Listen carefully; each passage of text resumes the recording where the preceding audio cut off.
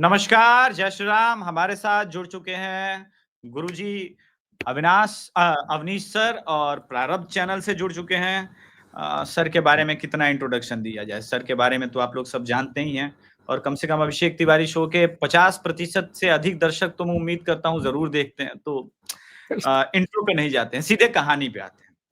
Sir, एक बार एक मदरसे में एक स्टूडेंट ने पूछ लिया मौलवी साहब से, साहब, ये जो साइंस की किताबें कहती हैं जनाब कि धरती जो है वो साकीन नहीं है, वो घूमती है और ये चपटी भी नहीं है जनाब, ये फ्लैट नहीं है जनाब, ये तो जनाब गोल है। इस पर मौलवी साहब ने पढ़ाना शुरू किया। देखें, किताब में जो अल्लाह की किताब है, जो बड़ी किताब है, उसने कह दिया कि धरती साकीन है। साइंस के लोगों को कुछ पता नहीं। अरे उनसे ज्यादा थोड़ी ना पता। स्टूडेंट समझ गया इस बात को कि हाँ भाई, उनसे ज्यादा तो किसी को नहीं पता। तो धरती जो है वो साकीन है, मतलब रोटेट नहीं करती। यहां पर मैंने उर्दू शब्द का प्रयोग इसलिए किया क्योंकि वैसी ही कहानी है। तो धरती साकीन है। इसके बाद धरती जो है फ्लैट है। अब एग्जामिनेशन हॉल में साइंस का एग्जाम था, उसने गुरुजी की अपनी पढ़ाई, मौलवी साहब गुरुजी तो थे नहीं, मौलवी साहब की बात लिखी। 4 ऑप्शन थे। धरती कैसी है? उसने सबसे पहला टिक मारा फ्लैट। इसके बाद धरती कैसे घूमती है? उसने लिखा कि भाई धरती तो साकीन है, घूमती नहीं है। एग्जाम का रिजल्ट आया, उसे 0 मार्क्स मिले। उसने बोला हेडमास्टर चोर है। बोला हेडमास्टर, बोला भाई कैसे चोर हूं, मैंने क्या किया? ये जो विज्ञान की किताब है उसके अगेंस्ट तुमने लिखा है। बोला विज्ञान की किताब की ऐसी की तैसी मौलवी साहब ने मुझे पढ़ाया। और मौलवी साहब ने क्या पढ़ाया? धरती साकीन है, आपको मुझे नंबर देना पड़ेगा। फ्लैट। राहुल गांधी के पीपीटी पे आते हैं। संजय कुमार ने पीपीटी दी, बोला भाई वोट चोरी हुई है महाराष्ट्र में। राहुल गांधी ने पढ़ के सुना दिया। अब संजय कुमार कह रहे हैं नहीं भाई हमसे गलती हुई, लेकिन ये स्टूडेंट नहीं बदल रहा है। स्टूडेंट कह रहा है माट साहब आप चोर हैं, हेडमास्टर आप भी चोर हैं, ये पूरा स्कूल कैंपस चोर है। क्यों? क्योंकि हमारे हिसाब से धरती जो है वो साकीन है। ठीक है, हमारे साथ सर जुड़े हैं। मैं एक इस थ्योरी पे आ रहा हूं और दूसरा बाद में बात करेंगे कि किले का दरवाजा अंदर से खोलने की बात किसने की और कौन है जो मोदी भक्ति का लेबल लगा के, मोदी समर्थक का लेबल लगा के, और एक दो नहीं थे, एक पूरी फौज आ गई थी। वो खुद एस जयशंकर और मोदी जी के बीच में बिना किसी बात के दुश्मनी पैदा करना चाहते हैं। उस पर हम बाद में आएंगे, लेकिन पहले धरती साकीन है। सर, एफआईआर हो गया। एफआईआर के मामले में तो असम बहुत आगे निकल गया। उसने तो सिद्धार्थ वरदराजन, करण थापर और अब अभिषार शर्मा पे भी कर दिया एफआईआर। मोदी, मुझे नहीं लग रहा है कि मोदी बिल्कुल भी टेंस्ड है या इन लोगों की इस तरह की बेवकूफियों से वो परेशान है। कैसे देखते हैं सर? धरती साकीन है। बिल्कुल, बिल्कुल। आपने कहानी से शुरुआत की और आज आपने 2 टॉपिक एक साथ जोड़ दिया है, तो हम लोग क्लास में बदलेंगे नहीं, क्लास एक ही ब्लैक बोर्ड पर दोनों टॉपिक्स की पढ़ाई करने की कोशिश करेंगे। आपने कहानी जी, से शुरुआत की, मैं एक शेर से मामला शुरू करता हूँ। इरशाद इरशाद। महफ़िल में जिस शख्स का कद सबसे बड़ा था, महफ़िल में जिस शख्स का कद सबसे बड़ा था, वो शख्स किसी और के काँधे पे खड़ा था। अब वहां से बात लेके आते हैं संजय कुमार सीएसडीएस पर। देखिए साहब, जी, संजय कुमार सीएसडीएस के बारे में आपने भी अपने इंट्रो में कहा कि उन्होंने अपनी गलती मान ली। मैं बहुत सारे लोगों को देख रहा हूं और वो ऐसा दिखाने का प्रयास संजय को ने किया कि उनको अपनी गलती का एहसास हो गया और उसके बाद उन्होंने माफी मांग ली, अपना वो ट्वीट डिलीट कर लिया। नहीं साहब, ये बात उतनी आसान नहीं है। ना उनका कोई दिल जी, बदला, ना उनका कोई गिरोह बदला, न उनके कोई मास्टर बदले, न संजय की कोई खुरापात बदली।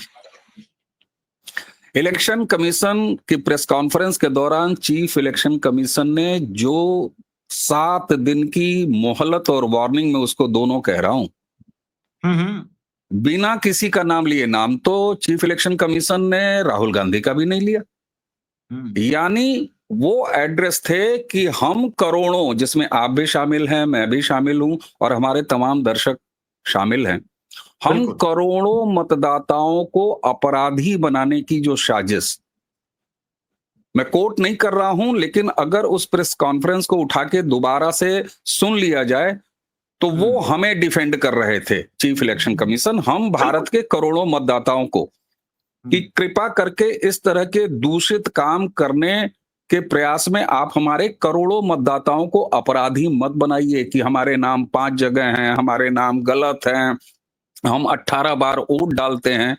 तो ये चीफ इलेक्शन कमीशन, कमिश्नर साहब, चुनाव आयोग जो कि हमारा गार्जियन है, हम मतदाताओं का गार्जियन है, वो सर्विस प्रोवाइडर है, वो गार्जियन है, वो हमारे हितों की रक्षा करता है, हमारे मतदान के अधिकार को रक्षा करता है, उसके ऊपर इतना दायित्व है। वो हमें पहचानता है कि हम 18 साल से ऊपर हो गए, वो हमारी तस्वीर खींचता है, वो हमें एपिक नंबर देता है, हमें एक मतदाता कार्ड देता है और कहता है कि लोकतंत्र के मालिक आप हैं, ये रहा है आपके दस्तावेज, जाइए चुनिए अपने हुक्मरानों को, और तब हमें अधिकार मिलता है, हम क्रांति करते हैं। और हम ये क्रांति ग्राम सभा के इलेक्शन से लेके, निकाय के इलेक्शन से लेके, विधानसभा के इलेक्शन से लेके और लोकसभा तक जाते हैं। आप गंभीरता समझिए कि क्यों इलेक्शन कमीशन बिना नाम लिए प्रेस कॉन्फ्रेंस करता है। साहब, ये उस मोहलत कि 7 दिन के अंदर हलफनामा दो या तो देश से माफी मांगो, ये उस मोहलत उर्फ धमकी उर्फ वार्निंग का असर है कि संजय कुमार ने अपने उस फ्रॉड को डिलीट किया।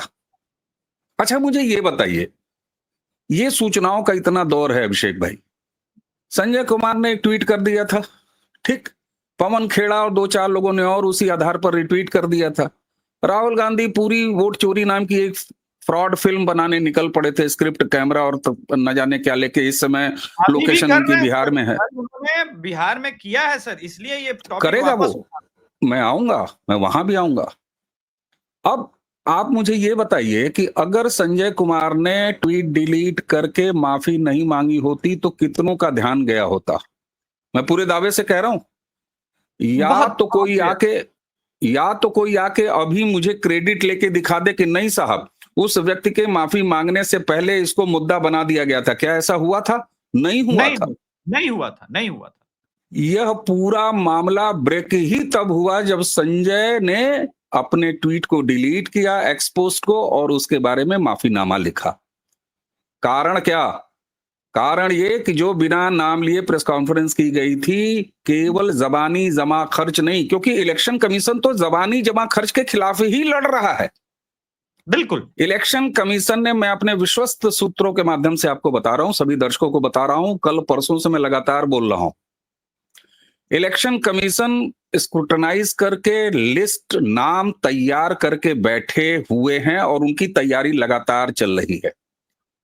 ये इलेक्शन कमीशन के इस वर्कआउट का नतीजा था कि ऐसे तमाम अपराधी, आपने कहा ना कि राहुल अभी भी कर रहा है, वो तो आदतन अपराधी है ना, ये जुगाड़ वाले अपराधी हैं। अब मैं आपसे जो मैंने शुरू में शेर सुनाया, कोई ऐसे नहीं सुना दिया था मैंने कि महफिल में जिस शख्स का कद सबसे बड़ा है वो शख्स किसी और के कांधे के पे खड़ा है। साहब, जरा सीएसडीएस का इतिहास देखिए। 1962 में ये एनजीओ खुलती है, ये दुकान खोली जाती है। इसके सबसे ज्यादा यानी 90% से ज्यादा फंड की व्यवस्था केंद्र सरकार की ही एक अधिकृत ऑर्गेनाइजेशन के हवाले कर दी जाती है। बिल्कुल, ये वो कंधा है जिस कंधे पर इस बड़े कद वाले को बैठाया जाने की तैयारी, स्क्रिप्ट लिखी थी कब? 1962 में कांग्रेस ने। 1962 का वो दौर कौन सा था? जब इंदिरा गांधी के राष्ट्रीय राजनीति में, विरासत वाली राजनीति में आने की तैयारी थी। ये वही दौर था।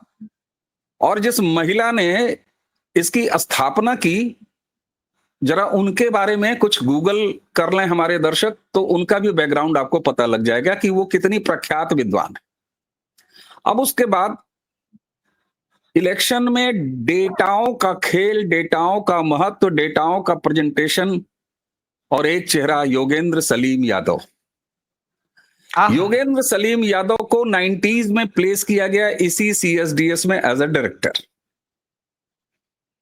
ये जो आज आप देखते हैं कि अरविंद केजरीवाल के दाएं बाएं और उसकी पार्टी में शामिल हुआ योगेंद्र सलीम यादव, ये आज आप देखते हैं कि चवन्नी कन्हैया कुमार के बगल में यात्रा करता हुआ योगेंद्र सलीम यादव, ये आज जो आप देखते हैं कि राहुल गांधी की भारत तोड़ो यात्रा में शामिल हुआ योगेंद्र यादव, ये कहानी आज की नहीं है साहब।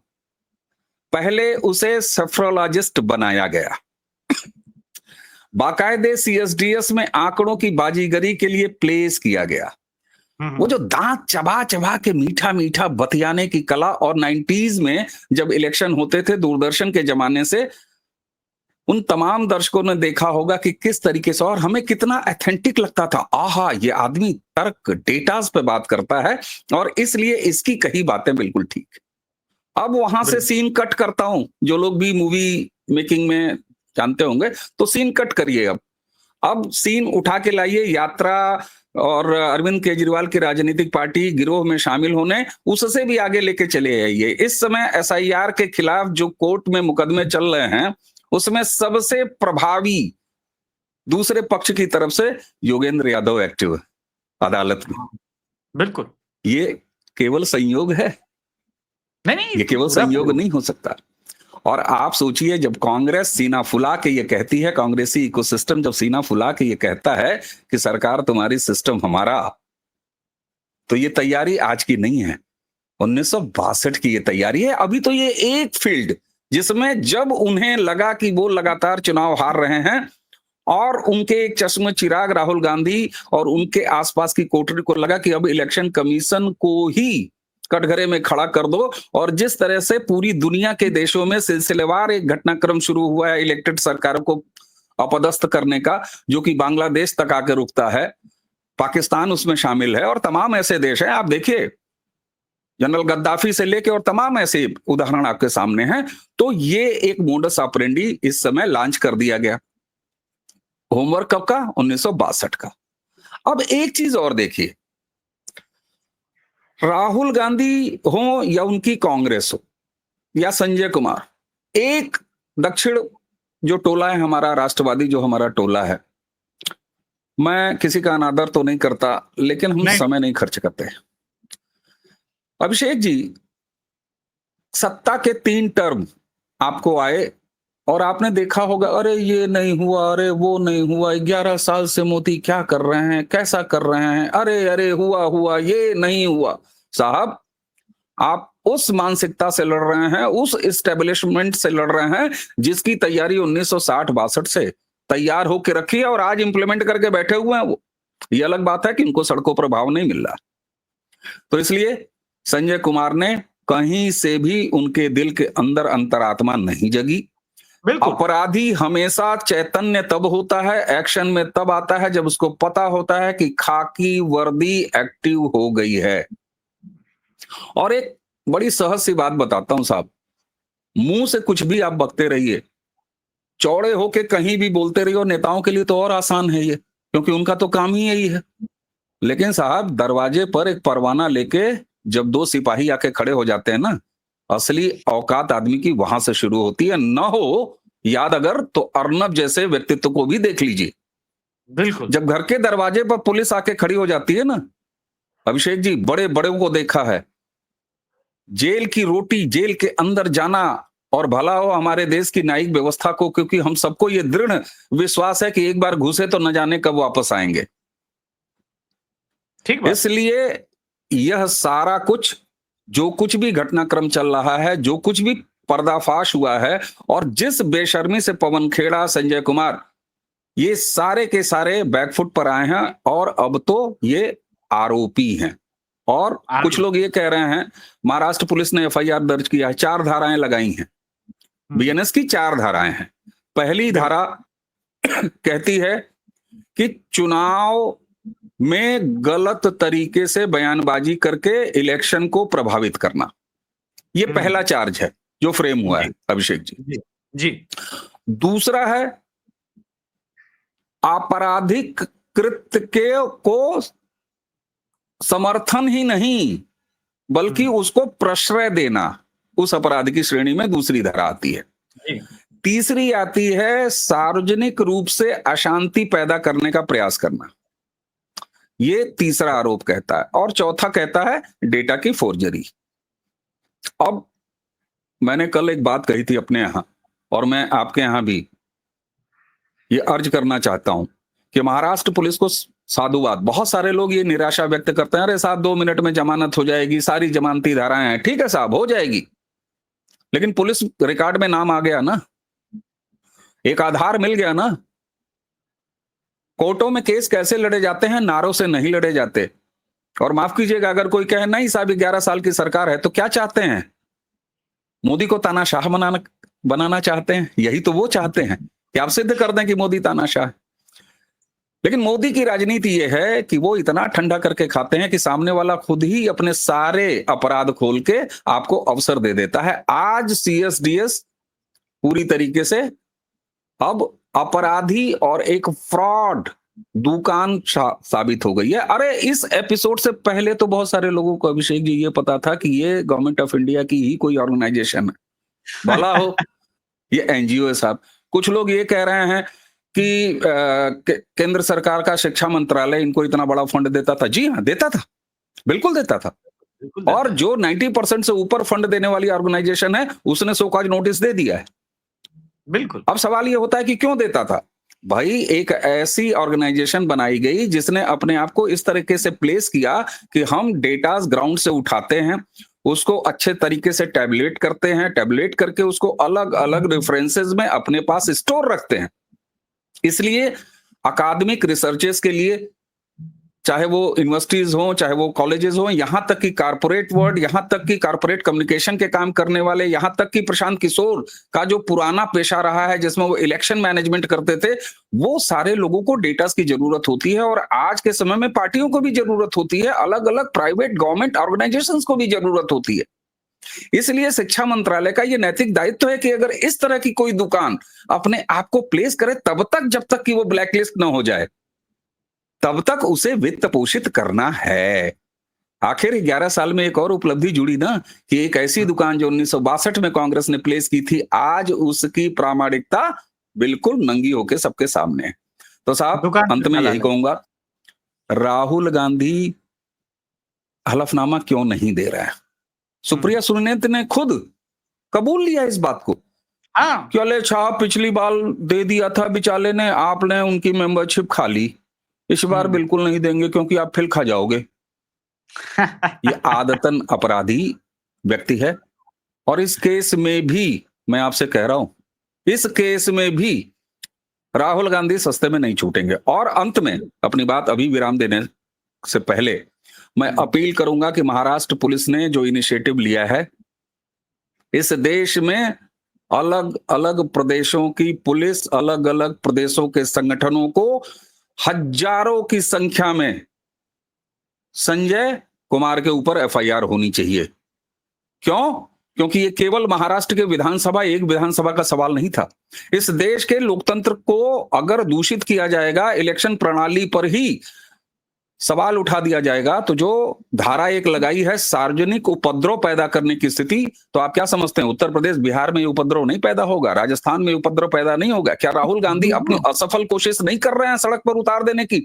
मैं तो नमन करता हूं अपने बिहार के भाइयों की, बिहार की जनता को, कि कल उल्टा तेजस्वी और राहुल को दौड़ा लिया बिहार की जनता ने, सड़क पर दौड़ा लिया।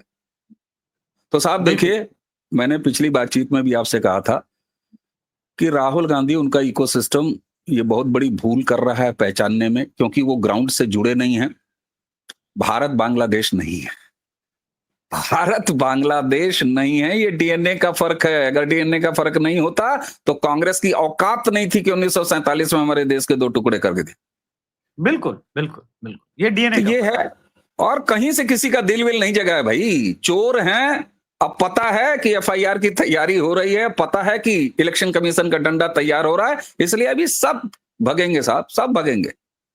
हाँ, इन्फ्लुएंसर्स ने तो अपने वीडियो और पुराने ट्वीट्स वगैरह इंस्टाग्राम वाले के पूरा उनका जो कांग्रेस का नचनिया गैंग था डिलीट कर दिया है।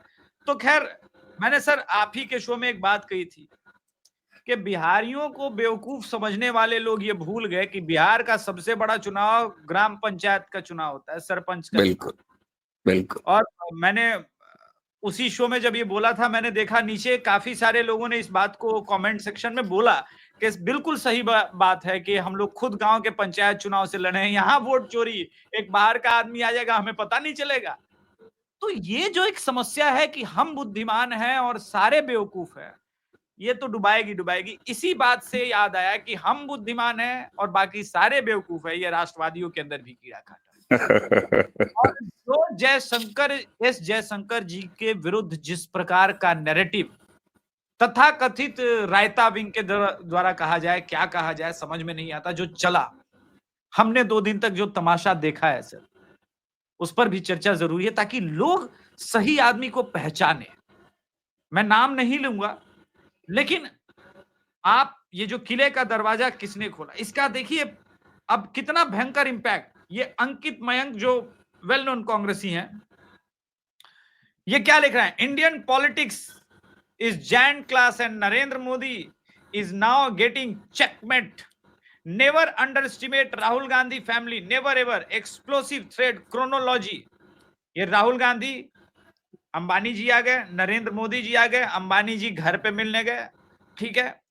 इसके बाद ये कह रहे हैं कि भाई लिटरली डिस्ट्रॉइंग, क्योंकि यहाँ पर हो रहा है मोदी जी के विरुद्ध में सारी बातें हो रही है। कल मोदी सदन में हुआ कि वोट चोर।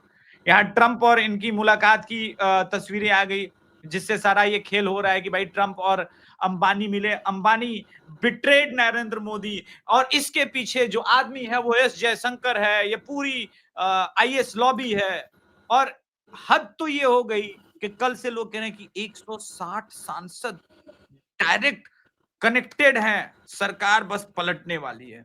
इनको पता भी नहीं है कि भाजपा का 160 छोड़िए, भाजपा का एक सांसद ये लोग तोड़ नहीं पाए। आजीवन शत्रुघ्न सिन्हा बीच में जब नरेंद्र मोदी के रीजन के बाद आलोचना करते रह गए, मोदी सरकार ने निकाला नहीं जब बहुमत में थी।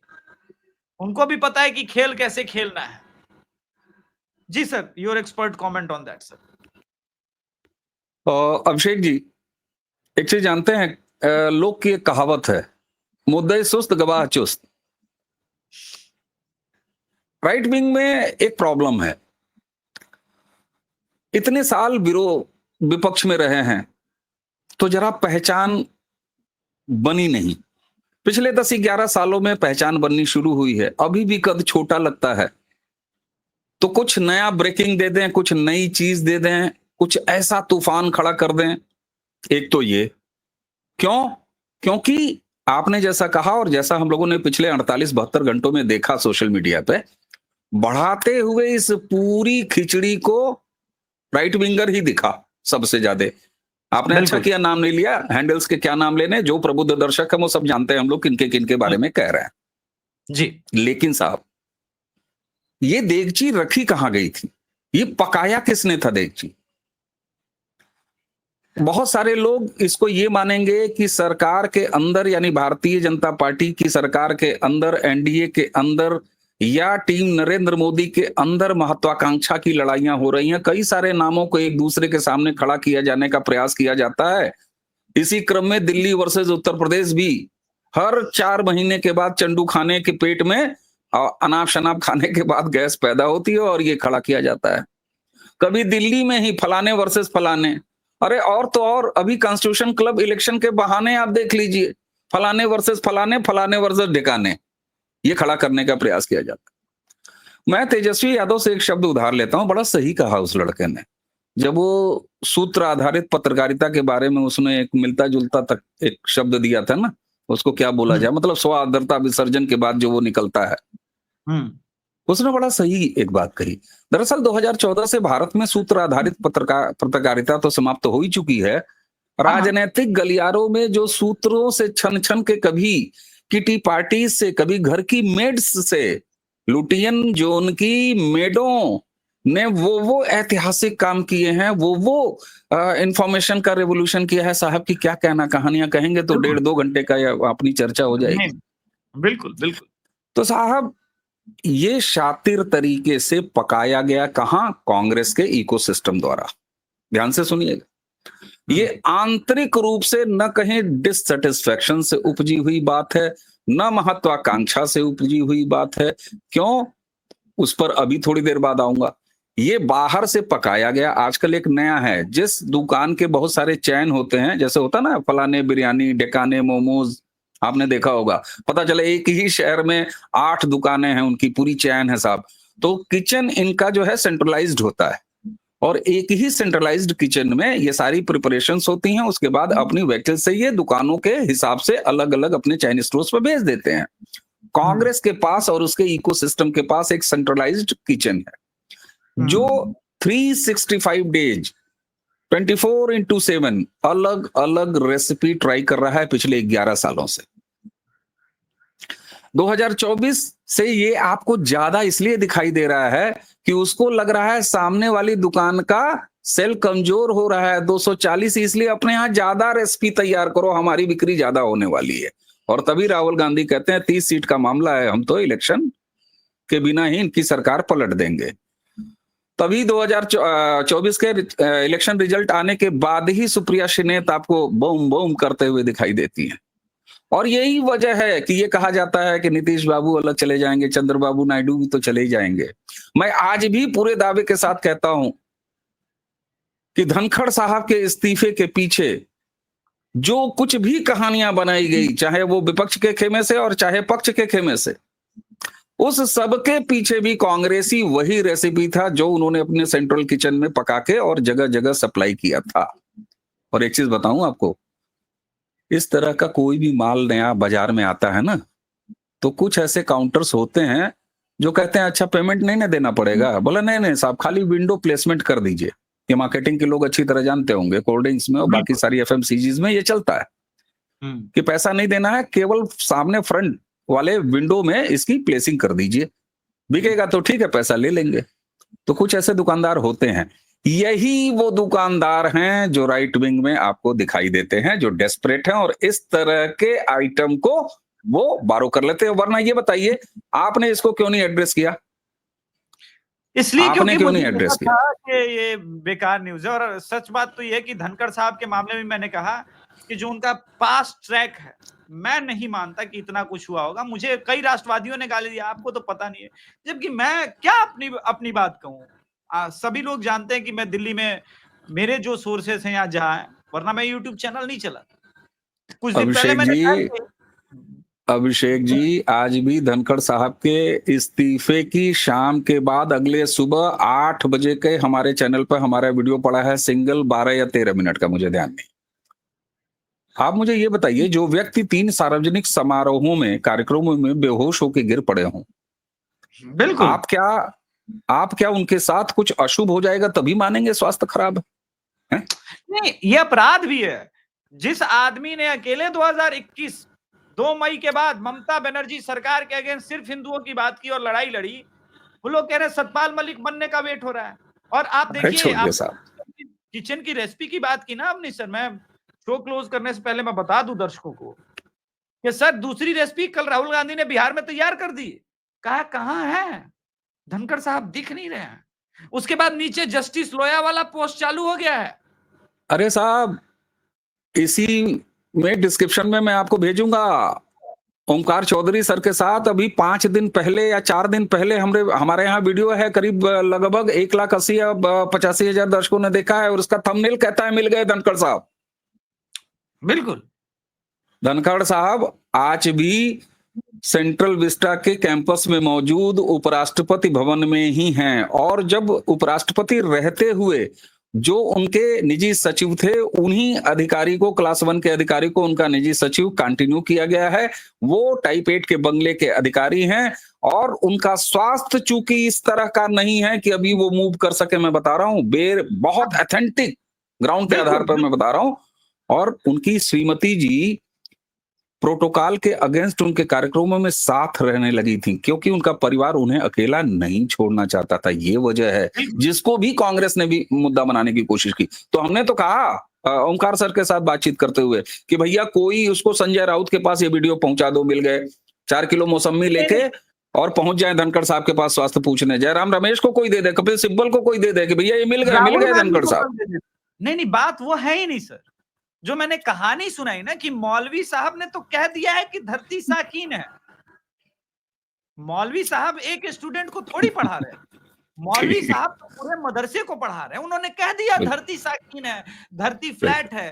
फ्लैट अर्थ सोसाइटी के मेंबरान होते हैं, जमात होती है, और इस जमात के ये लोग हैं। तो ये तो ढूंढेंगे अभी भी धनखड़ साहब को। आप सोचिए क्या लो आईक्यू लेवल है। आखिरी सर, चूंकि ये करना जरूरी है, कल एक प्रख्यात पत्रकार जो न्यूज 24 के हैं और ग्राउंड रिपोर्टिंग करते हैं, इलेक्शन में अपने आप को दावेदार बताते हैं कि हर चीज हम जानते हैं, उन्होंने कहा कि देश में करोड़ों, आप सोचिए सर क्या आईक्यू लेवल है इस आदमी का, देश में करोड़ों लोगों के पास आधार कार्ड है। कहां उस आधार कार्ड में किसी का 0 ये नंबर है, हाउस नंबर 0 है।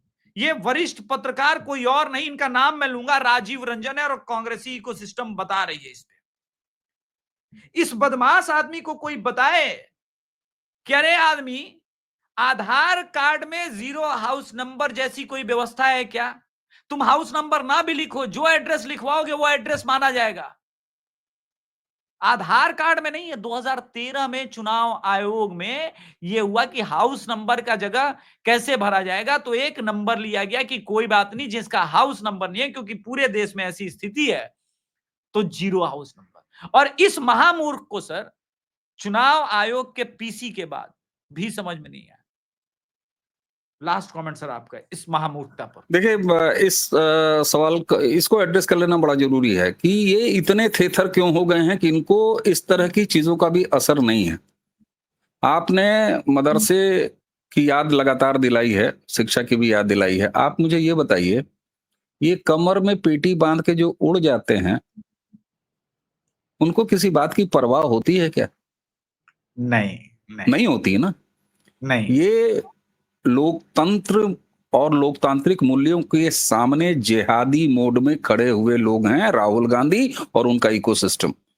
क्या बात, क्योंकि इन्होंने ये मान लिया है कि भारत के लोकतांत्रिक व्यवस्था में नरेंद्र मोदी की भाजपा को और करोड़ों करोड़ों राष्ट्रवादी गिलहरियों को चुनाव में ये हरा नहीं सकते, इसलिए पेटी में बम बांध कर उड़ जाने के अलावा इनके पास और कोई चारा नहीं है। ये चाहते हैं कि इन्हें सड़कों से घसीट के तिहाड़ के हवाले किया जाए, लेकिन ये नरेंद्र मोदी हैं बाबू, इतना ठंडा करेंगे, इतना ठंडा करेंगे कि तुम बासी होके सड़ जाओगे, और सड़ रहे हो इसी देश में 2014 और क्या अंदर से तड़प भाई। बासी चावल को इतना, सर चावल को कुकर से निकाल के बिना फ्रिज में रखे इतना ठंडा हो जाने दीजिए, इतना देर कर दीजिए, 8 दिन तक पूछिए ही मत, सड़ जाएगा ना, सड़ के बिखर जाएगा। यही इनका प्रारब्ध है, यही इनकी परिणति है, इसके अतिरिक्त तो कुछ नहीं है। क्या बात है सर, बहुत बहुत धन्यवाद सर, आप शो में आए सर, और इसके लिए दर्शकों से निवेदन है, प्रारब्ध तो सर बता ही दिया, और सर का आप लोग देखते हैं, जैसे मैंने कहा 50% से अधिक मुझे उम्मीद है। तो आप लोग कृपया चैनल को सब्सक्राइब कीजिए, हमें सपोर्ट कीजिए, और जो आज थीम था कि किले का दरवाजा कौन खोल रहा है, तो सबसे पहले अपने राष्ट्रवादी मित्रों को पहचानना सीखिए। धन्यवाद। जय श्री राम, हर हर महादेव। जय जय श्री राम, प्रणाम।